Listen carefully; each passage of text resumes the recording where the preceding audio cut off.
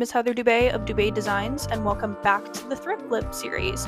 So if you haven't watched my one video in this series before, basically every time I thrift flip something, I'm just going to create a video and share it with you guys so you can come along on the journey. This one's already a little bit different because this thrift flip is actually for somebody else. It's not for myself this time.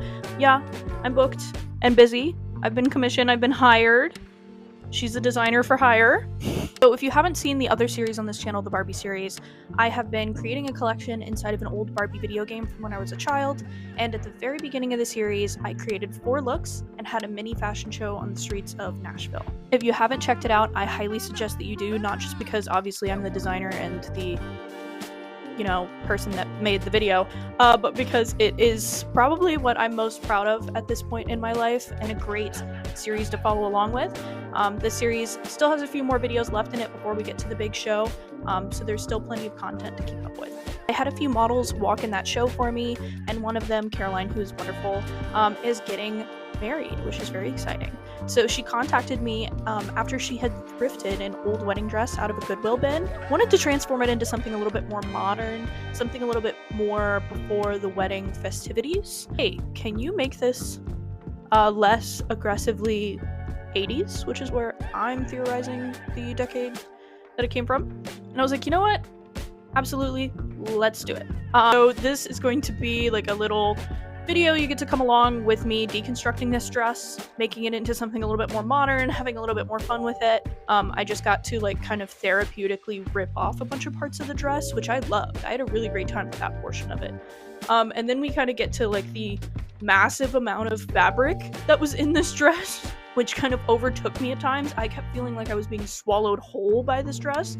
And by the end of it, we have a very beautiful creation that I'm really proud of, and she loved as well.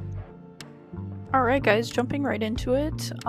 This is a video just to show you guys the massive amount of fabric that was involved in this dress. This is me just like picking up this dress. It kind of had like a high-low situation, like a very long train and a little bit higher of a bottom skirt. But she still, she had multiple layers.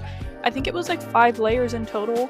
And it was massive. Like, holding this thing up, it was heavy. It actually hurt my arms. It almost broke a hanger a few times.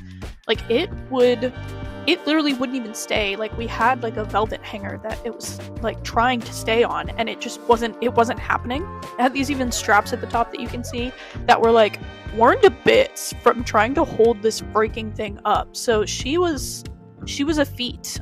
She also had a lot going on her. She had all these flowers and these like buttons that actually didn't service anything because it was a zipper dress with nothing, like no purpose for these buttons, except just to be there.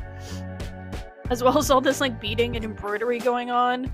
So she was a lot. I took a lot of footage of me like at the beginning trying to get it before I took it apart because I was like, this needs to be documented, actually. The sheer amount of things involved in her, so we had to make her a little less chaotic.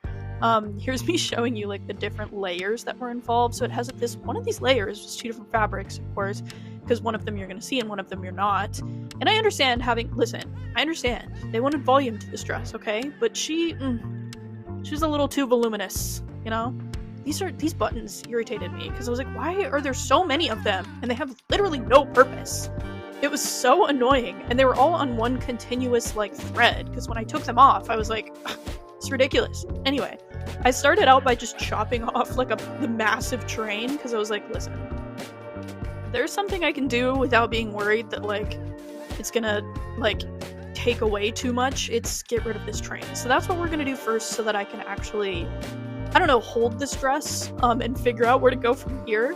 No, I'd had Caroline put this on, and I like kind of measured generally where we wanted to cut it, but we were also going to do another fitting, so everything I was kind of doing at this point was just taking off enough fabric that when I put it on her again, it wasn't so heavy and it wasn't so much, so we could like know exactly what we were working with and how much shorter we wanted to go.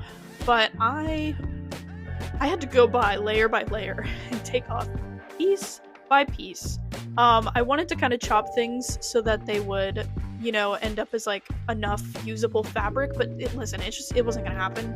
So we just had to go piece by piece, or it was it's not manageable at all. I love these clips of me, like, when they're in fast motion, though, because, like, I know what's going on in the background. First of all, I'm watching Good Omens. Has anybody seen Good Omens? Because I have things to say. I have a lot of things to say about Good Omens. If you haven't watched it and you want to, I'll try not to spoil anything, but I don't make promises. I had not seen it before. This show was made for me. It is my new favorite show of all time. I don't know how I had never seen it before. Like, it's literally such a perfect show for me. Like, it has everything that I need, okay? We talk about religious trauma. I have a lot of that. We've got gay people. I'm one of those. So, I mean, it was more to it than that. Like, magic and whimsy and romance. Are you kidding? And the apocalypse, drama, angst for several seasons. I was having the time of my life. I was having a great time. But yeah, I started watching it in the middle of this project, which was kind of crazy because I fell in love with the show. So then I was like, well, wait, now I have to pay attention to the show, but I'm also like really hacking at this dress and like trying to make this happen.